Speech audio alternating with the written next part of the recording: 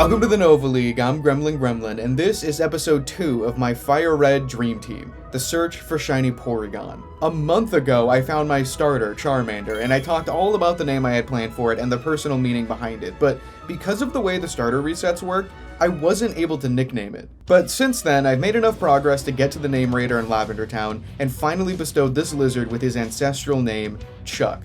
And also, in that time spent solo running the Kanto early game, Chuck took down Brock with ease, despite the type disadvantage, and eventually he evolved into Charmeleon. They grow up so fast. But Chuck needs a friend, and in order to find my second team member, I needed to do some prep work in advance, because while the hunt itself is another simple soft reset, the conditions I need to meet in order to do those resets are a little more complicated. You see, an early staple of the children's game franchise, Pokémon, was slot machines and gambling. You can imagine why that's no longer the case. Gen 4 was when the censorship began, swapping slots in the Japanese version of Johto's remakes for a game of skill in Voltorb Flip in the international releases. And after that, gambling has never been seen again in Pokémon, in order to avoid a higher game rating. Except yes, it totally has. What do you think shiny hunting is? Gambling but with time instead of money, but you know what they say, time is money, and oh my god did this hunt take a long time. My shiny luck this year has been so bad compared to the straight up sick nasty shiny luck I had last year. Perfectly balanced as all things should be, I guess.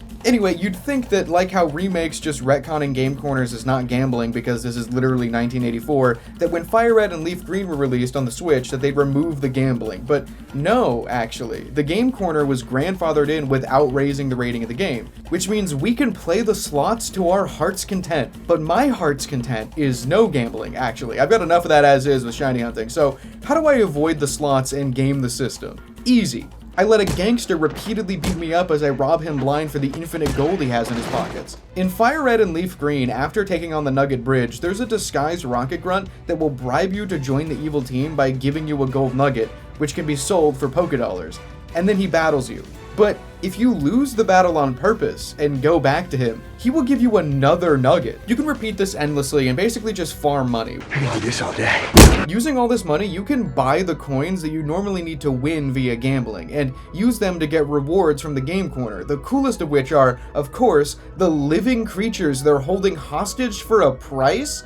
Wait, dude, what? Yeah, I think I can see why we don't have game corners anymore. This is cruelty. But instead of saving the wildlife like this incredibly rare dragon that probably really doesn't like being cooped up in this house of degeneracy, I have my eyes set on a different prize. What exactly am I going through all this effort to obtain? I want this freak weirdo, and I want him to be shiny. I have a lot of favorite Pokemon, and it's really hard to categorize them all or rank them, and at this point, I think I've given up even trying. Even though Sandshrew is my favorite ground type, Kabutops my favorite fossil, neither of them are my favorite Gen 1 Pokemon. I think that as the first entries in the series, Game Freak did a pretty good job establishing what all counts as a Pokemon. Just a bird? Yeah, that counts. Magnets? Check.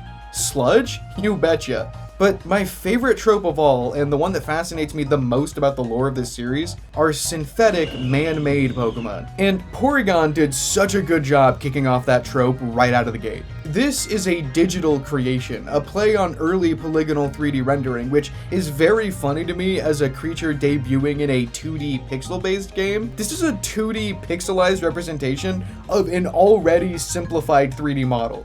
That's so funny. Also, if you're a bit whimsical and take a second to think about it, Porygon is the most real of any Pokemon because in lore, all it is code, a digital creature, and in real life, all it is code, a digital creature. The gap between reality is the smallest it gets. My Porygon that I'm using in a video game is just as real as it is in the context of the world of the game. Which is to say, they're both equally as real in universe and out. Which is to say, they're both just code and not really all that real at all. But no matter how you look at it, that's just really immersive to me. It's also just really cute and funny looking, and despite its future generations' evolutions in Porygon 2 and Z, while doing a great job playing into the themes and taking it to logical next steps, it loses that thing about its design that I like the most, which is the sharp edges and simple polygons. Porygon is my favorite Generation 1 Pokemon simply because it is a Generation 1 Pokemon. Of all the original 151, besides maybe Ditto, I think it's one of the most unique ideas on display for a first-time entry, and even with new additions to the decks in the 30 years since its debut, it remains just as unique and still stands out among the other 1,000+ Pokemon. He's just a special little guy. And now, finally, it's time I find my own for this team. Here's the shiny.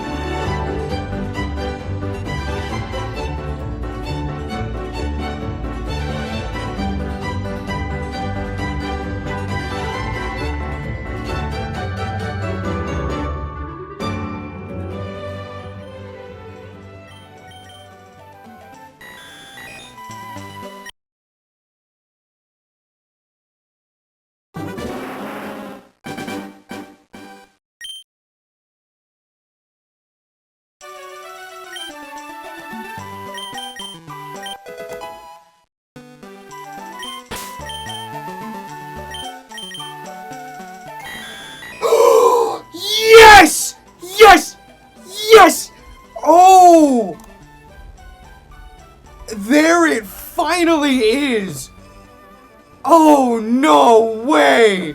That is so bright. Look at that! Hasty nature.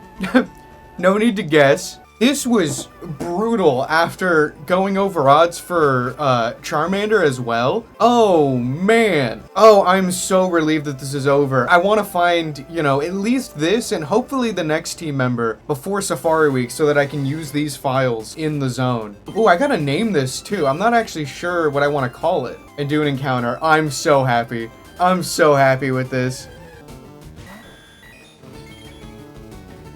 I don't know that I've ever seen... I don't know that I've seen Gen 3 Porygon back sprite. Why does he look like that? He looks like squished and afraid. Oh, that is so funny. He looks kind of off-center too. That is a weird back sprite. What a weirdo, dude. Oh, I'm gonna have fun using this thing. I don't plan on evolving it. Obviously, you can't evolve it during like a typical playthrough. It would be post-game, but I really like Porygon just on its own. So I imagine he won't be like carrying the team at all. But, you know, you gotta have a mascot at least. Oh man, what do I call this guy? No, you know what? I have a name for this. I do actually have a name for this. Let's go to Lavender Town. I know I keep saying it. I am so relieved. Think about starting the first random encounter hunt of this team, which I think I'm going to be going for Sandshrew next. Although Sandshrew is a Leaf Green exclusive, so if I want to keep triple hunting, it might be a good idea to like do some game progression to start looking for Sandshrew and Pikachu simultaneously. I think you will be Gamble. I don't know. It's just a nice name. You know, get him at the game corner. I had to do a little bit of gambling for him, but also like it sounds like a funny little Gamble. Like he looks like a Gamble. You know? I don't know. Vibes. Hey, sometimes that's all the nickname is, right? Again, pretty simple hunt with this one. These videos are pretty short comparatively compared to my other stuff. But yeah, that's nice to get that done. But yeah, now I gotta trade him over to like the main save. But let's send him out one more time with his new name. That's so cool.